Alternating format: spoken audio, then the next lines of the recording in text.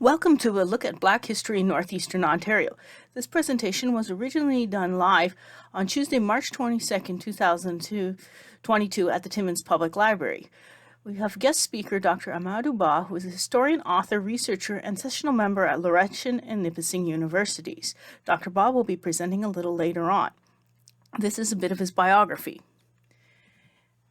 Historian, researcher, and writer Dr. Amadou Ba holds a doctorate in history, a master's in political science, and a baccalaureate in teaching. Currently, Amadou Ba teaches African history at Nipissing University in North Bay. He also teaches at the School of Educational Sciences at the Department of Political Science at Laurentian University in Sudbury.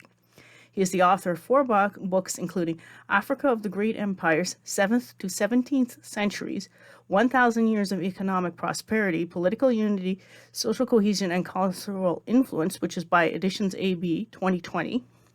The Forgotten History of the Contribution of Black Slaves and Soldiers to the Building of Canada, 1604 to 1945, published by Editions Africaine Montreal, October of 2019. The West African Soldiers in the Conquest and Colonization of Madagascar, 1895 to 1960, editions Hartmann Études Africaines in 2012. Amadou Ba is also the author of several articles in scientific and academic journals in Canada, France, and Senegal. A speaker here to share his research on Black history in Canada and North America, Amadou Ba conducts research on the history of pre-colonial, colonial, and post-independence Africa. Finally, he is present in the French-speaking community and environment in Ontario and in Canada. Before we begin, I'd like to do a land acknowledgement. I would like to begin by acknowledging that the Timmins Public Library is in Treaty 9 territory, which is the traditional land of the Matagami First Nation. The land on which we gather has been home to many of Ojibwe, Chippewa, Mushkegowuk, Cree, Algonquin, and Métis people. For our guest speaker, Dr. Ba, I would also like to acknowledge that the Robinson-Huron Treaty of 1850 and recognize that Laurentian University is located on the traditional lands of the Atikamesk, Anishinaabe, and the greater city of Sudbury also includes the traditional lands of the Wahnapitae First Nation, Miigwech.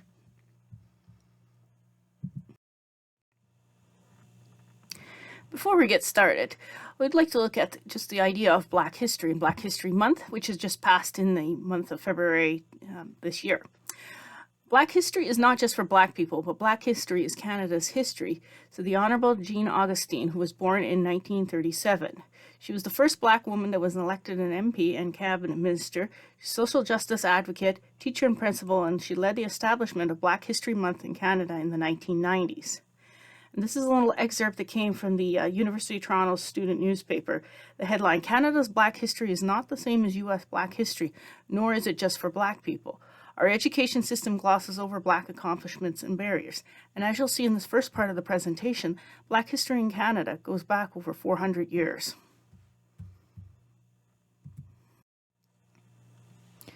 When we look at Black history, think of Matthew da Costa, who was born in the late 1500s and lived into the 1600s. He was an interpreter and often considered the first Black person to have visited Canada. He likely arrived in the company of Pierre Dugas de Mon and Samuel de Champlain. Historical records describe him as a free Black man who served as an interpreter for French and Dutch traders in the early 1600s. He could speak French, Dutch, and Portuguese. He is said to have worked as an interpreter for Indigenous peoples in North America and possibly used the pidgin fusion of Basque and local Indigenous languages. He may have participated in trade along the Atlantic coast and up the St. Lawrence River. The images and reference that you are going to see in the next few slides all come from the Canadian Encyclopedia Online, which has a very comprehensive timeline of Black history as well as articles about the different people featured here. 17th century slavery in New France. In 1619, the English settlement of Jamestown, Virginia, saw the arrival of the first ship of enslaved Africans, and the last known slave ship would arrive 241 years later in 1860. In 1628, a 6-year-old boy from Madagascar was first named enslaved African to reside in Canada. He belonged to a Scottish privateer named Sir David Kirk, and he was later sold several times, eventually to a Jesuit priest named Father Paul Lejeune, who baptized him as a Roman Catholic, naming him Olivier de Jeune. He died in 1654.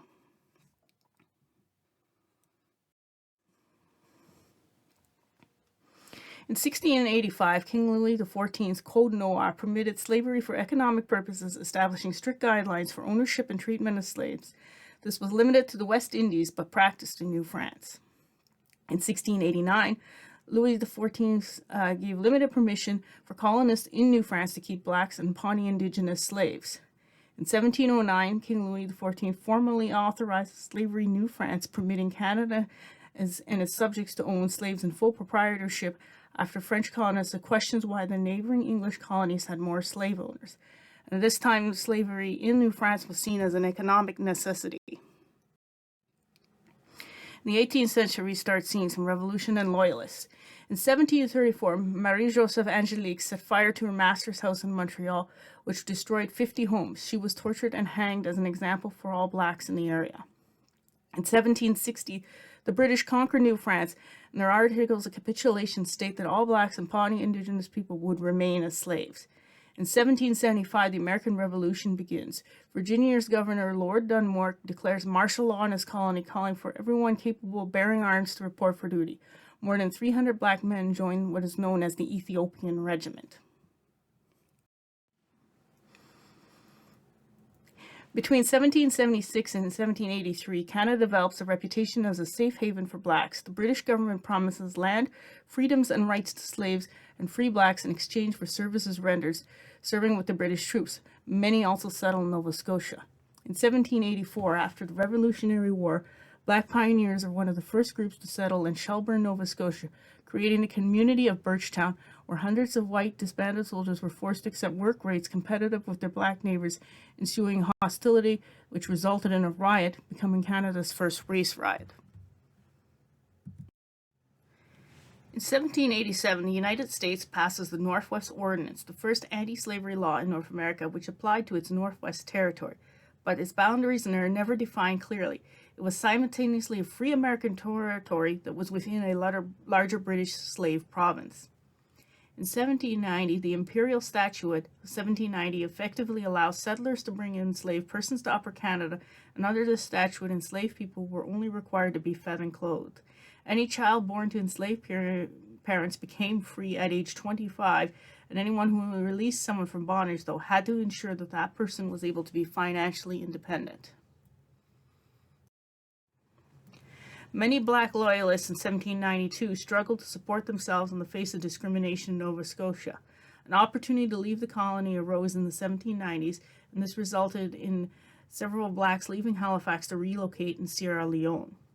In 1793, Governor General John Graves Simcoe and Attorney General John White introduced an anti-slavery measure. It is not a total ban on slavery, but a gradual prohibition. And in 1794, there are 19 free blacks in the Niagara region area that petitioned Governor General Simcoe for a grant of land to establish an all-black settlement. This is rejected, but in 1819, the government establishes the Oro settlement near Barrie. And the picture you see here is the Oro African Methodist Episcopal Church, which was built between 1846 and 1849 and was restored in 2015. It is a designated National Historic Site and one of the oldest standing African log churches in North America. And this picture was taken a few years ago, and if you ever get a chance to go there, it's on Highway 400 going towards Barrie. In 1799, Joseph Papineau, a seigneur, presents a citizen's petition asking the government to abolish slavery. While the bills were defeated, this was the beginning of a movement towards abolishing slavery in Lower Canada, which is Quebec today. In 1807, slavery is abolished in Britain, but will remain in the British Empire until 1834. Between 1812 and 1814, or the War of 1812, thousands of black volunteers fight for the British War of 1812. The British promises of freedom and land unite many escaped U.S. slaves under the British flag, and a company of black soldiers was formed to protect the Niagara frontier. They are led by a white officer, Captain Robert Runcie, Sr. This picture is Richard Pierpont by Malcolm Jones, undated. Pierpont gained his freedom in the Revolutionary War in the United States and settled in the Niagara region. He petitioned for an all-black unit to fight the British in the War of 1812. Between 1813 and 1816, British Vice Admiral Alexander Cochrane offers transportation to anyone wishing to leave the United States. Nearly 2,000 black refugees leave the United States and settle in Nova Scotia. Between 1815 and 1865, Canada's reputation as a safe haven for blacks, tens of thousands of African Americans seek refuge in Upper and Lower Canada via the Underground Railroad. And in 1834, on August 1st, slavery is abolished in the British Empire, allowing for property owning black men to vote, but racism and discrimination at many polling stations still create a sense of disenfranchisement. And this picture is a portrait of Harriet Tubman, who was dubbed the conductor of the Underground Railroad, and she'd been responsible for bringing many blacks to freedom and safety in the Canadian border. This picture was taken around 1867 to 1869, and March of 2022 marks the bicentennial of Harriet Tubman's birth. In 1850, United States Congress passes the Fugitive Slave Act, which gives slave owners the right to track down and arrest fugitives anywhere in the country. Bounty hunters often kidnapped free blacks and sold them into slavery in the southern states. In 1851, Henry Bibb, a slave who escaped to Detroit around 1840, moves to Windsor and founded the Voice of the Fugitive, which reported on the Underground Railroad and colonization schemes. In the 1850s and 60s, the number of abolitionist sympathizers in Canada grows, and in 1851, the Anti-Slavery Society of Canada was formed to aid in the extinction of slavery all over the world. In 1853, American abolitionist educator and publisher Mary Ann Shadd Cary, whose family relocated to Canada, publishes the first issue of the Provincial Freeman in Toronto. She becomes the first black woman in North America to publish a newspaper and one of the first female journalists in Canada. And digital scans of microfilms of the Provincial Freeman and other abolitionist papers are actually accessible at the news.rontario.ca website, abolition/search. And we'll put a link also in the YouTube video and in your bibliography notes. In 1857, William Nelson Hall, the son of the enslaved Americans who fled to Halifax at the end of the War of 1812, served in the British Royal Navy. The Indian Mutiny, part of the First War of Independence in India, broke out at that time. Hall led over 750 Marines and sailors to dislodge the rebel forces and led the British troops to overcome the mutineers. For his act, he was awarded the Victoria Cross, making him the only black Canadian that has ever been awarded it, and the only Canadian to have received the Naval Blue Ribbon.